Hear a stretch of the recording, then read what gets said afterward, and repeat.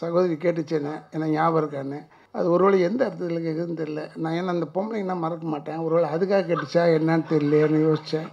Open பண்ணும்போது Rajalakshmi photo போட்டு வியாபாரம் ஆகிடுமா சினிமாவில்? ரஜினி சார் மூஞ்ச போட்டாலும் இழுக்குது. குத்து விளக்கு ஏற்றும் போது கூட கூப்பிட்டுச்சு அவங்க வீட்டுக்காரரை செந்தில், வாங்க வாங்க, இது முதல் படமா இப்படி தான் இழுப்பேன், அடுத்த படத்துக்குள்ள அவரை கூப்பிட்டு வரியா பாரு முதல்ல. ஆனால் கூப்பிட்டு வராத தொல்லை, இது எதுக்கு புரிச்சுன்னு கூப்பிட்டு வந்துக்கிச்சு தொல்லையை கூடவே. காயாளி இது குடிக்க விட மாட்டான் அந்த ஆள் எத்தனை வாட்டி தான் வாயை திறப்பாரு மூடுவார், வாயை திறப்பாரு மூடுவார். உட்காருமா உட்கார, இப்பெல்லாம் நிற்பீங்க எல்லாம் மாவனே, இந்த படம்லாம் ஓடட்டும், அப்புறமா நிற்கிறியா இல்லை எங்களை நிற்க வைக்கிறியான்னு பார்ப்போம்.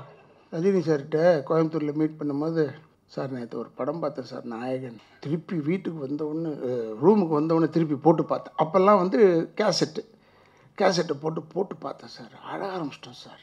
அப்படியா அப்படியா அவர் தோரணையாகவே சொன்னார். சொல்லிட்டு ஆனால் இப்போ ஒரு படம் பார்த்தேன், கொல்லலாமான்னு ஆச்சு சார். என்ன படம் கேட்டார்? மனிதன் சார்ன்னு சொன்னேன். யோ நான் நடித்தேன், அதை தான் சார் சொல்கிறேன், கொல்லலாமான்னு தோணுது சார். சார் நீங்கள் அப்படி செய்யக்கூடாது சார். ஏன் அவர் ஞாபகத்தை வந்து சொல்கிறேன்னா, இன்றைக்கி அவர் பிறந்த நாள். ஆனால் அவர் அந்த படத்தில் மனிதனில் இங்கெல்லாம் 2-3 பாம் தொங்கும், கடைசியில் பறந்துக்கிட்டு வந்து டம்மு டும்னு சண்டை போட முடியாது சார். இந்த பாம் தரையில் பட்டா ஃபிக்ஷனில் வெடிச்சிடும் சார். அப்படியா? இப்படி அதுவே தெரியும் தொங்க விட்ருக்கீங்க உருண்டை உருண்டை உருண்டை உருண்டையா? அது என்ன சட்ட டிசைனான்னு கேட்டேன். யோ என்ன நீ இப்படி பேசுகிறேன்னு கேட்டார். இல்லை சார் என்ன கோவம் சார், நீங்கள் செய்யக்கூடாது. ஏன்னா இவரை பார்த்து நிறைய ஃபாலோவர்ஸ் இருக்காங்க அவருக்கு, அவங்க பூரா தொங்க விட்ருவாங்க பாமை. ராகவேந்தர்னு அவர் ஒருத்தரை இன்ட்ரடியூஸ் பண்ணார் சாமியை. நான் சொன்னேன், இருக்கிற பிள்ளையார் கோயிலுக்கு வைக்கிறதுக்கு இடம் இல்லை, இது வேறு ராகவேந்தர்னு கொண்டாடுறாருன்னா. இப்போ பார்த்தா நாங்கள்லாம் போகிறோங்க, இதெல்லாம் தெரிஞ்ச முன்னோடியே. பட் ஆனால் அவர் கும்பிட மாட்டார், ரொம்ப பேருக்கு தெரியாது. அவர் பெரிய பக்தர் போல இருக்குன்னு நினைக்கிறீங்க, அதெல்லாம் ஒன்றுமே கிடையாது. அவர் தான் இதில் ராஜலட்சுமி அவர்களை இவங்களை அந்த பாரதின்ற வேஷத்துக்கு அந்த டைரக்டர் செலக்ட் பண்ணியிருக்காருல்ல, நான் எல்லா இடத்துலையும் சொல்லிட்டேன், படம் எப்படி இருக்கோ எதாவது எனக்கு தெரியாது, நான் பாரதியுடைய ஃபாதராக நடிக்கிறேன்லாம் சொன்னார். அதெல்லாம் ரைட்டு. ராஜலட்சுமியை போட்டிருக்காரு, கதை சொன்னார். இப்போவும் சொல்கிறேன், தமிழ் இண்டஸ்ட்ரியில் வராத கதை. என்னுடைய 49 ஆண்டுகால அனுபவத்தில் நான் பார்த்ததே இல்லை இந்த மாதிரி கதை. பாலமுருகன் இந்த கதையை அமைச்சவர் மாதிரியே தெரிய மாட்டார், ரொம்ப நல்லவனாக நடிப்பார். இல்லை நல்லவனாக நடிக்கிறது தான் முதல் படம் தானே, நடிப்பு தானே. இந்த படம்லாம் ஹிட்டானவொன்னே தான் அவரை பார்க்க போகிறேன் நான், எப்படி இருக்காருன்னு. ஒரு மாறுதலாக இருக்காரா இல்லை அப்படியே தான் இருக்காரான்னு. இல்லை இந்த சினிமாக்குனே ஒரு பொய்யை சொல்லிட்டு இருப்போமே அது மாதிரி இருப்பாரா என்ன எதுன்னு பார்க்கணும். பட் இஸ் நான் எங்கள் ப்ரொடியூசர்கிட்ட கூட சொன்னேன், ஜீவானங்கிட்ட கூட சொன்னேன், ஜீவானா இந்த டைரக்டரை பாராட்டித்தானே ஆகணும். ஏன்னா இவ்வளோ தைரியமாக இந்த ஒரு சப்ஜெக்ட் எடுத்திருக்கான் பாருங்கள். அதுக்கு ராஜலட்சுமி ஃபிக்ஸ் பண்ணியிருக்கானே, அதுதான் டாப். வேறு யாராக இருந்தாலும் வேறு யாரையாவது ஃபிக்ஸ் பண்ணுவாங்க சார். இப்போ இந்த இது ஓப்பன் பண்ணாங்க, இது ஓப்பன் பண்ணும்போது ராஜலட்சுமி ஃபோட்டோ போட்டு வியாபாரம் ஆகிடுமா சினிமாவில்? ரஜினி சார் மூஞ்ச போட்டாலும் இழுக்குது. ஆனால் ராஜலட்சுமி மூஞ்ச போட்டிருக்காங்க தைரியமாக. I appreciate that. ஏன்னா சும்மா சொல்லி பிரயோஜனம் இல்லை, மிக அற்புதமான இந்த சப்ஜெக்டுக்கு ஏற்ற ஒரு கதாநாயகி.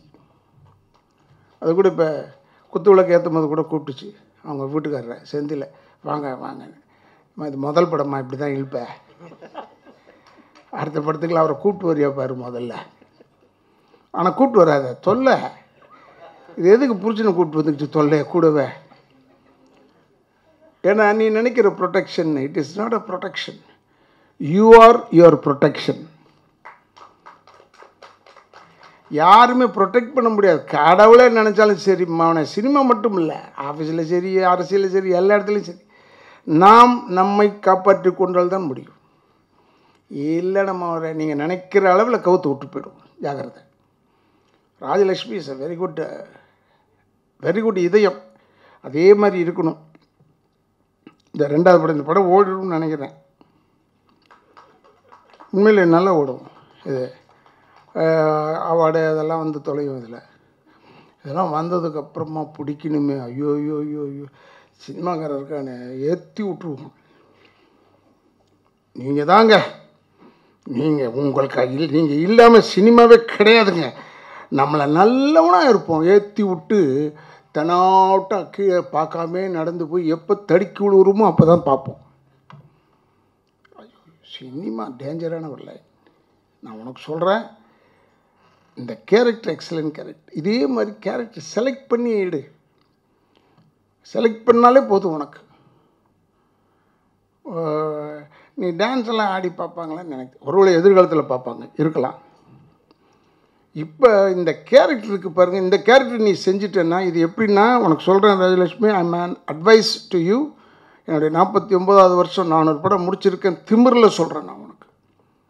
நானும் பம்பாய்க்கு போனேன், ஹைதராபாத்லேருந்து பம்பாய்க்கு போகிறதுக்கு ஏர்போர்ட்டுக்கு வந்தோம். வைசாக்லேருந்து யார், நானும் சோமயாஜுலு, இந்த சங்கராபரண சாஸ்திரியா நடித்தார் அவர், 2 பேரும் வந்து நின்னோம். பாம்பேக்கு ஃப்ளைட்டில் ஏறுறதுக்கு போகிறப்போம். நான் நாடகம், அவர் வேறு ஏதோ ஒர்க்குக்கு போகிறார். அவர் இஸ் அன் அசிஸ்டன்ட் கலெக்டர் வேறு. ஸோ நாங்கள் நின்றுட்டு இருந்தோம். ஃப்ளைட்டு வந்து ஒரு 3 மணி நேரம் லேட்டு சார்னு சொன்னாங்க. இவர் ஒன்று రాధా రవి వస్తారా బార్కు వెళ్తాం? వస్తాను సార్. பார்னா எனக்கு என்ன இருக்குது, அவருக்கே கம்ஃபர்ட் இருக்காரு, நம்மளை கூப்பிட்றாரு, வா போகலாம். அவரோட போயிட்டேன். பாரில் உட்காந்து இவர் ரொம்ப செயின் ஸ்மோக்கர் போல இருக்குது, சிகரெட் பற்ற வச்சிட்டாரு. பற்ற வச்சுட்டு நான் சிகரெட் மட்டும்தான் பிடிக்கல, ஏன்னா அவர் எதிர்க்க கொஞ்சம் இந்த அவமரியாதைன்னு எல்லோரும் கற்றுக் கொடுத்துட்டாங்களே அதனால். அப்புறமா ட்ரிங்க் ஊற்றுனார். குடிக்கிறேன். ஒருத்தன் வந்து அவர் கையை பிடிச்சிக்கிட்டான். சார் వద్దు సార్, వద్దు సార్, వద్దు సార్, మీరు శంకరాభరణ శాస్త్రి సార్, இது వద్దు சார். இது குடிக்க விட மாட்டான் அந்த ஆளை. அந்த ஆள் எத்தனை வாட்டி தான் வாயை திறப்பார் மூடுவார், வாயை திறப்பார் மூடுவார். ஆனால் பிடிக்கிறான். ஆனால் அவனுக்கு ஏறி போச்சு. ஆனால் அவனுக்கு கிளியராக சொல்கிறான், நீ சங்கராபரண சாஸ்திரி, இது பிடிக்காத. இந்த கையில் சிகரெட் வச்சுருக்காரு, அதை எடுத்துகிட்டு வரல வாய்க்கு. இதையே எடுத்துகிட்டு போகல. டேய் அப்படி சொல்கிறாரு. நான் உன்னை யோ போய் తెలియదు சார், அழுகுறானா, తెలియదు சார், దేవుడు சார். யார் இவர எத்திரம் பாருங்க, ஏற்றி விட்டான். இதுதான் சினிமா. உனக்கும் சொல்கிறேன் ராஜேஷ், இந்த பாரதியை நடிச்சுட்டு நீ அடுத்த படம் என்ன படம் என்ன விஷயம் செய்ய போகிறேன்னு எனக்கு தெரியாது. பட் டெஃபினட்டாக இந்த கதையினுடைய கேரக்டர் உன்னை பாதிக்கும், ரொம்ப பாதிக்கும்னா நீ நடிக்கவே வேணாம், சும்மா வந்து நின்னா போதும். நீங்களாம் பத்திரிக்கையாருங்க ஹெல்ப் பண்ணுங்க. தமிழ் பொம்பளை இல்லை தமிழ் பொம்பளை இல்லைன்னு சொல்கிறேன். இதுக்கு மேலே ராஜலட்சுமி மேலே யாரையா தமிழ்ச்சி வேணும் இல்லை? நான் செந்தில்கிட்ட சொல்லியிருக்கேன், என் படத்தில் பாடணும் அப்படியே முல்லை மனசில் வச்சுருக்கேன், அந்த ஆளை போடணும்னு. ஏன்னா அந்த அழகாக இருக்கான். இப்போ தான் கருப்பாக இருந்தால் நடிக்கலாமே, முந்தி தான் கருப்பாக இருந்தால் நடிக்கக்கூடாது. இப்போ இந்த கருப்பில் ஈஸி, இதெல்லாம் கொஞ்சம் வெளுப்பு தான். ஏன்னா நிச்சயமாக ஆக்சுவலாக பார்த்தீங்கன்னா நான் நினச்சிக்கிட்டு இருந்தது செந்திலுக்கு படம் வந்துடும் நினச்சா, என் ட்ராக்கே வேறு இருந்து இந்த பக்கம் ராஜலட்சுமி வந்துருச்சு. அழகான ஒரு அதாவது அந்த கேரக்டர் தான் பாரதின்ற பேர், அந்த கேரக்டர் பேர். டெஃபினட்டாக the whole pride goes to director தான். அதில் இந்த ஜீவாவை நான் ஏன் பாராட்டுறேன்னா, இந்த படம் எடுக்க முன் வந்தார் பாருங்க, அதுதான் எனக்கு பெரிய விஷயம். அவரும் விஷயம் தெரியாமல் இல்லை, அதெல்லாம் கராரான ஆள் அவர். இது எப்படி வரும், இது எப்படி வரும், இது எப்படி வரும், இது எப்படி வரும். நேற்று நைட்டு ஒரு 10 நிமிஷம் என் வீட்டில் வந்தார், என்னை புழிஞ்சி எடுத்துட்டார். இப்படி இருக்குமா படம் அப்படி. அவருக்கு அந்த ஆராய்ச்சியில் இருக்கார். அப்போ கூட நான் சொன்னேன் அவர்கிட்ட, இந்த படம் பெருசாக ஓடிடும், தயவுசெய்து ராஜலட்சுமி ஒரு 3 படத்துக்கு அக்ரிமெண்ட் போட்டு வச்சுக்கோங்க. நீங்கள் ஒரு அக்ரிமெண்ட் போட்டுக்கணும், இல்லைன்னா இந்த மாதிரிலாம் கிடைக்காது, சான்ஸே கிடையாது. பெரிய அளவில் தூக்கிட்டு போய்டும். நீ வேணால் பாரு, அப்போ என்ன நினைப்பில்லை, ஆமாம் அந்த ராதாரவி சொன்னாயான்னு, உட்காருமா ஓகே இப்போல்லாம் நிற்பீங்க எல்லாம். மாவனே இந்த படம்லாம் ஓடட்டும், அப்புறமா நிற்கிறியா இல்லை எங்களை நிற்க வைக்கிறியான்னு பார்ப்போம். ஏன்னா இது ஒரு கெட்ட ஜாதி லைன். இது அதுக்காக சொல்கிறேன், உனக்கு தெரியாது. இது நம்மளுக்கு நல்லவனை போய் கெட்டவனாக்கிட்டு வந்தது இந்த லைன். அது அடுத்தவங்களுக்கு பார்க்குறதுக்கு கெட்டவனாக தெரியும், அதுக்காக சொல்கிறேன். எல்லோரும் நல்லவங்க தான் பாவம் சினிமாவில். இப்போ கூட ஒரு சிலர் சொன்னாங்க, நான் சார் வீட்டுக்குள்ளே போய் அவரை பார்க்கவே முடியல சார், அவர் பிஏ இந்த பிஏ மேனேஜரு இதெல்லாம் இந்த சினிமாவில் வந்தால் தான் வரும். அதுக்கு முன்னாடி அனாமத்தான் சுற்றுவோம், ஒரு ரூபாய் கேட்க மாட்டோம். புரியுதா உனக்கு? அதனால நான் கடைசி வரைக்கும் இன்றைக்கி வரைக்கும் சரி நான் சொன்னேன், நோ மேனேஜர், நேராக வா என்கிட்ட பேசு, போயிடு. விட்டு கொடுக்குறதும் விட்டு கொடுக்காததும் என்கிட்ட இருக்கு. அதனால் சொல்கிறேன், ராஜலட்சுமி அவர்களே, நீ என்னுடைய ஒரு சகோதரி மாதிரி. எனக்கு ஒன்று ரொம்ப பிடிக்கும்னு உனக்கு தெரியும். எங்கள் வீட்டுக்கே கூட கூப்பிட்ருக்காரு 2 பேரையும். ஆனால் நான் இதெல்லாம் எதிர்பார்த்து கூப்பிடல, முதல்ல கூப்பிட்டேன். பட் இப்போ பார்த்தியா, பேனர் வரைக்கும் நீ வந்திருக்க, ஞாபகம் வச்சுக்க. இதான் மெயினாக நிற்கிற பேனரில். ஏன்னா வியாபாரம் எங்கேயும் அங்கே தான் கேஷ் பண்ணுவாங்க சினிமா. அதனால் நீ நல்ல பெரிய அளவில் கேரக்டர் மட்டும் பார்த்து செலக்ட் பண்ணி செய்.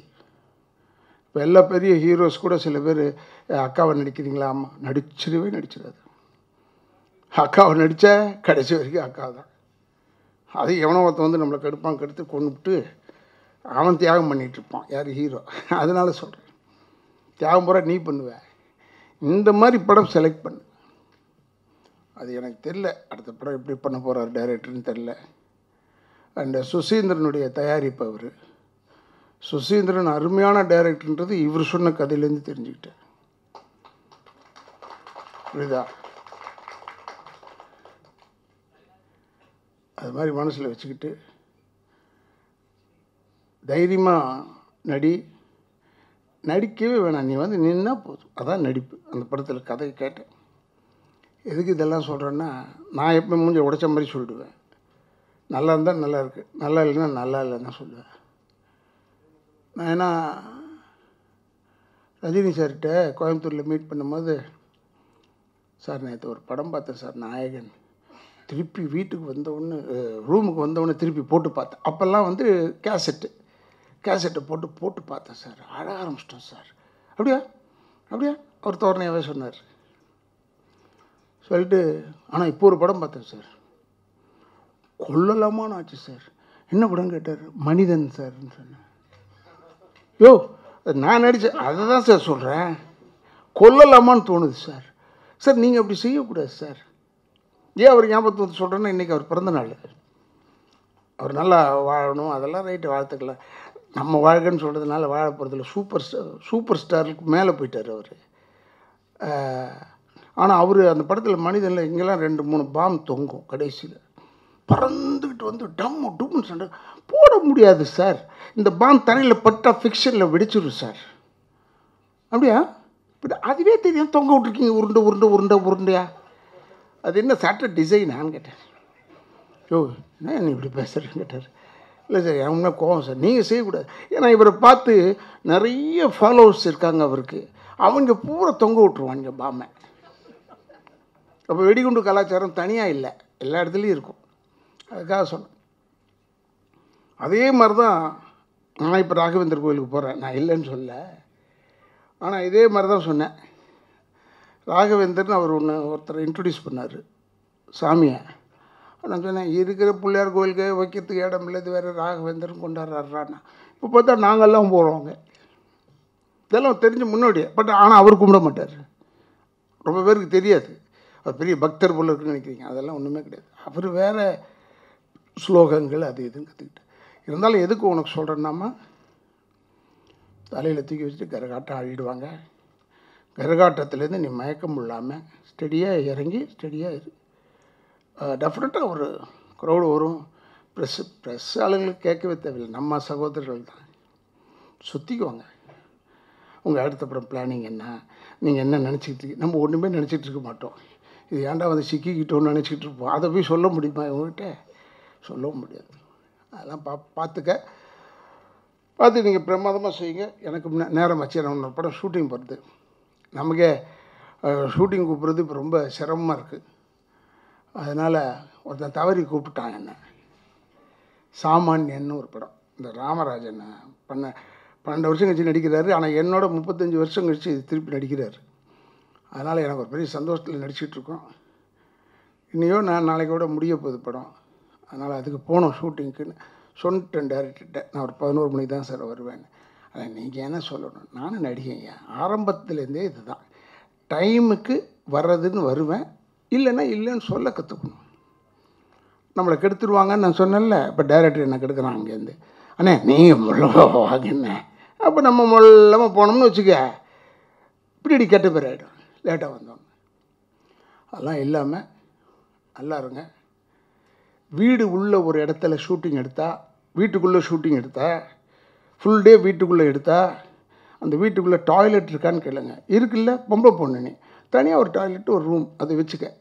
கேரவன் கேட்காதீங்க. Caravan makes us distance. Caravan வந்ததுனால தான் நீ யார் யார், உன் குழந்தை என்ன, நீங்கள் என்ன, நான் என்னன்னு தெரியாமல் போச்சு. இதெல்லாம் நாங்கள் நடித்த காலம் வரைக்கும், எங்கள் காலங்கள் வரைக்கும் எல்லாருக்கும் குடும்ப நிகழ்ச்சியில் கலந்துக்கிட்டாங்க. விஜயகாந்துக்கு ஒன்றுனா எல்லோரும் நிற்போம், சத்யராஜ் மாப்பிள்ளைக்கு ஒன்றுனா எல்லோரும் நிற்போம், சந்திரசேகருக்கு ஒன்றுனா எல்லோரும் நிற்போம், முரளிக்கு ஒன்றுனா எல்லோரும் நிற்போம். அதனால் சொல்கிறேன், we were all a family together. அது மாதிரி இருக்க கற்றுக்கன்னு சொல்லி, நான் இவ்வளோ நேரம் சொன்னது உனக்கு எவ்வளோ விழுந்தது எவ்வளோ ஏறப்போகுதுன்னு தெரில. இருந்தாலும் இருந்த வரைக்கும் அள்ளி விட்டுட்டேன், மேக்ஸிமம் அள்ளி கொடுத்துட்டேன். உங்களுக்கு எவ்வளோ வசதியோ அவ்வளோ அள்ளிக்க, இல்லைன்னா விட்டுடு. என்னை அழைத்து இவ்வளோ பெரிய கௌரவப்படுத்தினேன். இப்போ விஜய் முரளிக்கும் அந்த உன் பேர் நம்ம சுவாத்திக்கும் அது வந்து கேட்குது பாருங்கள், படித்த பொண்ணு, விஸ்கம் படித்த பொண்ணு. சார் என்னை ஞாபகம் இருக்கா சார், நான் ஒரு நாளைக்கு 5000 பேரை பார்க்குறேன், என்னடா இது இப்படி கேட்குது, என்ன ஞாபகம் இருக்கா சார். இந்த கோயிலுக்குள்ளே சுற்றிக்கிட்டே இருப்போம். என்ன சார் ராதாரி சார் கோயிலுக்கா, அப்போ எப்படி வரும் கோவம்? கேட்டால் நான் கெட்ட வார்த்தையில் பேசுகிறேன்னு சொல்கிறான். அவன் பேசுனது கெட்ட வார்த்தை, கோயிலுக்கா சார் கேட்டது தப்பு. அதனால் சொல்கிறேன். அதனால் சகோதரி கேட்டுச்சேன்னு என்ன ஞாபகம் இருக்கான்னு, அது ஒருவேளை எந்த அர்த்தத்தில் கேட்குதுன்னு தெரில. நான் ஏன்னா அந்த பொம்பளைங்கன்னா மறக்க மாட்டேன், ஒருவேளை அதுக்காக கேட்டுச்சா என்னன்னு தெரியலையேன்னு யோசித்தேன். அப்புறமா பார்த்தா சார் நான் அவங்கள இன்டர்வியூ பண்ணேன் சார். ஐயா அது ஞாபகம் இருக்காது அப்படின்ட்டு சொல்லி பாரு. ஏன்னா எதுக்காக இதை பேசிக்கிட்டே இருக்கேன்னா யோசிச்சு பேசுகிறேன். இப்போ ஏன்னா எங்கள் ஆளுங்களுக்கு யூடியூப்புக்கு தலைப்பு கொடுக்கணும், நான் ஒரு தலைப்பு கொடுத்து ஆகணும். தலைப்பு இல்லைன்னா அவங்க வெளியே போக மாட்டாங்க. ஏன் ஒன்றை நம்பி நாங்கள் வந்தால் நீனே ஒரு தலைப்பு கொடுக்காம நீ பாட்டுக்கு மேனேஜ் போறியன்னு கேட்பாங்க என்று சொல்லி என்னை வந்து கெட்ட வார்த்தையில் பேசுகிறான், ராதாரவி மயிருன்னு பேசுகிறான்லாம் சொன்னாங்கல்ல. இப்போ போய் ஒரு படம் போய் பாருங்கள், வெறும் கெட்ட வார்த்தை தான். பொம்பளை பொண்ணு சொல்கிறான், நான் சொல்ல மாட்டேன். என்ன எனக்கு படத்தில் சொல்ல மாட்டேன், நான் எதுக்கு சாதாரணமாக சொல்லுவேன். ஆனால் என்ன போய் சொன்னாங்களே இந்த படத்தை என்ன சொல்கிறது. நேற்று டப்பிங்கில் இருக்கும்போது டிரைவர்கிட்ட சொல்லுவேன், எட்ராக்காரன் சொல்லுவேன். ஆனால் அதில் மயிர் சொல்லியிருக்கேன். அவன் சொல்கிறாரு, இல்லைண்ணே மயிர்னே சொல்லுங்கண்ணே. இல்லைடா நான் மறைச்சி சொல்கிறேன் மயிரை, அவர் நேராக சொல்கிறார். இப்போ அப்படி ஆயிடுச்சு காலங்கள். அதனால் அப்படிலாம் இல்லாமல் நம்ம டைரக்டரு இந்த படத்தை வந்து க்ளீன் பிக்சராக எடுத்திருப்பாருன்னு எனக்கு ஒரு நம்பிக்கை இருக்குது. நான் வந்து ராதாரவி சொல்கிறாருன்னு நீங்கள் நினைக்காதீங்க. I don't like to expose. படத்தில் பெண்கள் பேசக்கூடாது, பட் அந்த படத்துலலாம் பொம்பளைங்கள்லாம் பேசுது, அது பசங்களும் கை தட்டுறாங்க. கர்மாந்திரன்டா, என்னமோ தெரிஞ்சோ தெரியாமலோ ஏதோ வந்துட்டோம். நல்ல வேலை ரசம் சோறுக்கு வந்துட்டோம், அடுத்தது மோர் சோறு இலைய முட வேண்டியது தான் நம்ம வேலை. அதனால் இப்படியே கெட்டுப்போன்னு சொல்ல வரல. இருந்தாலும் டைரக்டர் சார், அற்புதமான கதை, அற்புதமான நடிகை உங்களுக்கு கிடச்சிருக்கு. அதாவது கேரக்டருக்கு ஏற்ற மாதிரி கிடச்சிருக்கு. இதை நீங்கள் யூஸ் பண்ணிக்க வேண்டிய வேலை உங்களுது. அதுக்கு தகுந்தாற்போல் உங்கள் ப்ரொடியூசர் ஜீவானா இருக்கார், அவர் தளராமல் இருப்பார் என்று சொல்லி எனக்கு இப்படி ஒரு வாய்ப்பை கொடுத்ததற்கு என் குடும்பத்தின் சார்பாகவும் நான் என்னுடைய தந்தையார் நடிகை எம் ஆர் ராதா அவர்களுடைய ஆசையோடு, என்னுடைய தாய் தனலட்சுமி அம்மாள் அவர்களுடைய ஆசையோடு விடைபெறுவதற்கு முன்னால் இளைஞர்களுக்கு ஒன்றே ஒன்று சொல்லிக் கொள்கிறேன். தயவு உயர்ந்து தாய் தந்தையரை முதியோர் இல்லத்தில் சேர்த்து விடாதீர்கள். கடைசி வரைக்கும் வச்சு காப்பாற்றுங்க. அதுதான் இன்பம் என்று சொல்லி விடைபெறுகிறேன். நன்றி, வணக்கம்.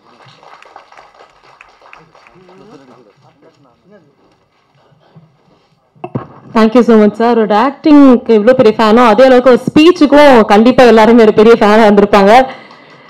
Thank you so much sir. உங்கள் ஷூட்டிங் டைம்